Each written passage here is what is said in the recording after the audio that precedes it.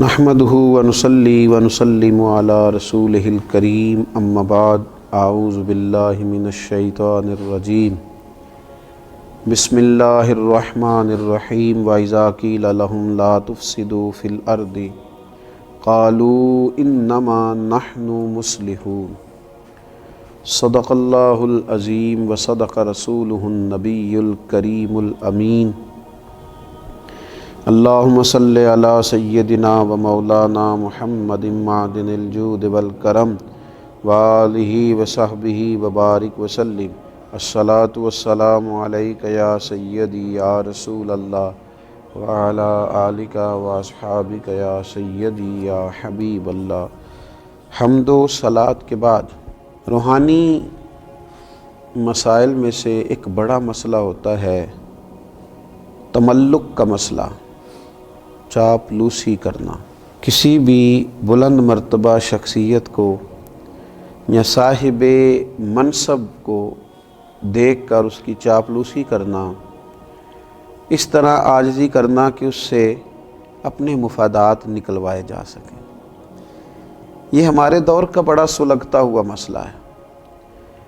ہمارے ہاں تو جو زیادہ اچھی وزارت لینا چاہے اس کے لیے زیادہ اچھا چاپلوس ہونا ضروری ہوتا ہے۔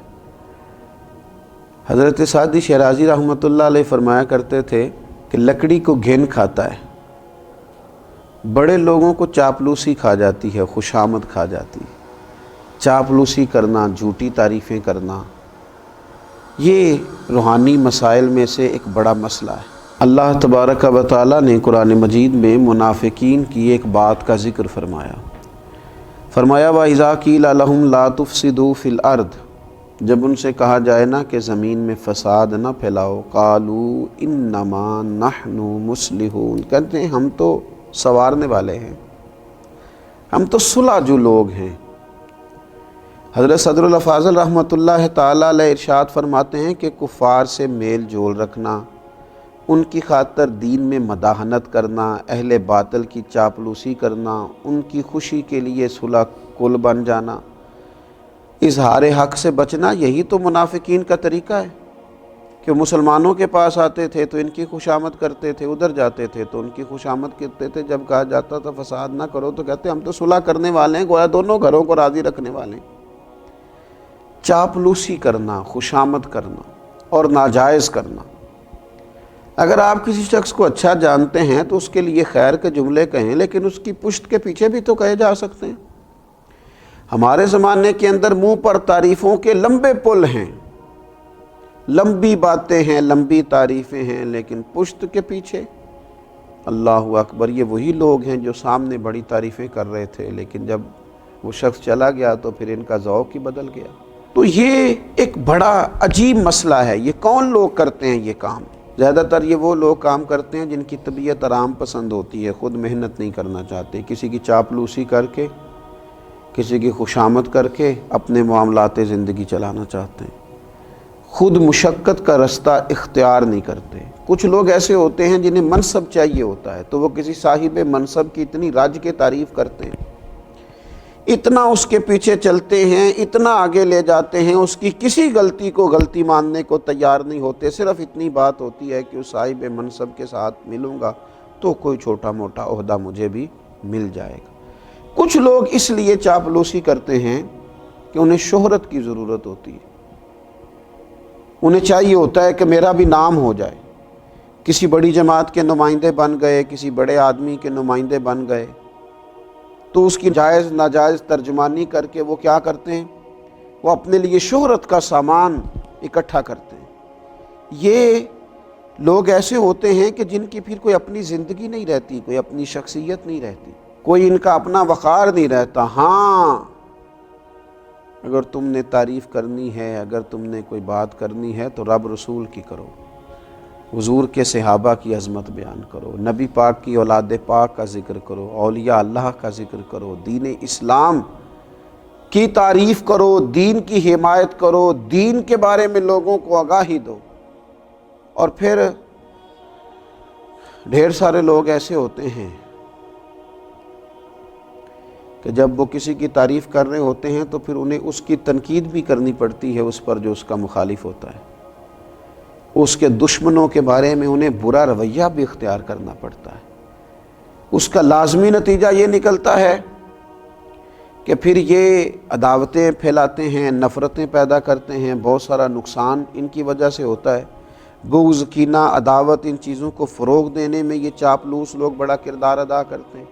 تو اپنی زندگی میں بندہ وقار والا بنے۔ ہاں، کوئی شخص اگر صاحب کمال ہے، اس کی تعریف کی جائے، اس کے لیے خیر کا جملہ کہا جائے، لیکن اتنا جس حد تک کہ وہ ہے۔ بریلی شریف کے بہت بڑے بزرگ تھے، شیخ الحدیث حضرت مولانا تحسین رضا صاحب رحمۃ اللہ تعالی علیہ۔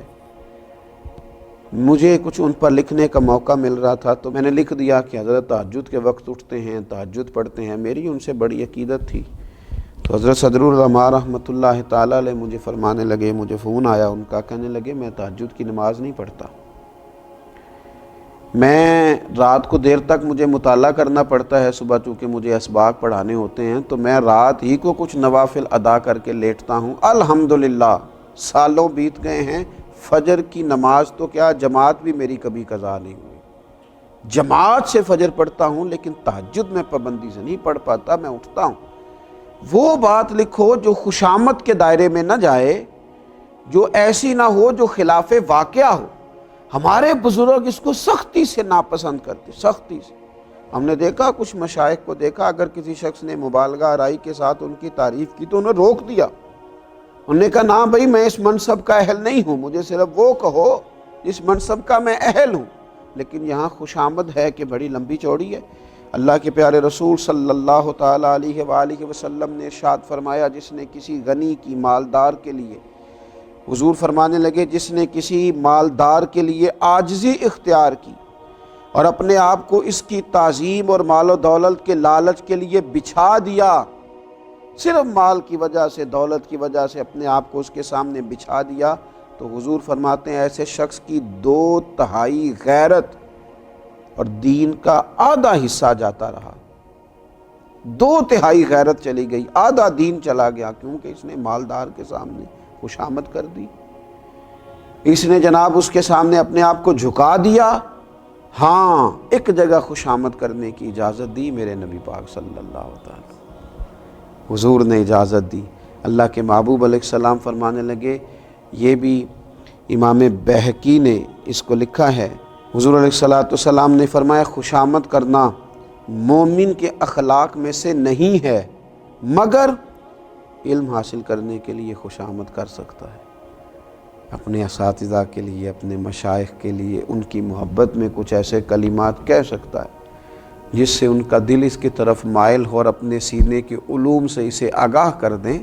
یہاں وہ ایسے الفاظ اختیار کر سکتا ہے، ورنہ اسے خوشامد کی، ہمارے تو گھروں میں اس آدمی کی حکومت ہوتی ہے جو خوش آمدی ہوتا ہے، ہمارے تو علاقوں میں اس شخص کی حکومت ہوتی ہے جو خوش آمدی ہوتا ہے، تنظیموں میں، جماعتوں میں، اداروں میں، خانقاہوں میں خوش آمدیوں کے غلبے ہوتے ہیں۔ یاد رکھنا، خوش آمدی پیچھے رہ جاتے ہیں اور کام کرنے والے آگے نکلتے ہیں۔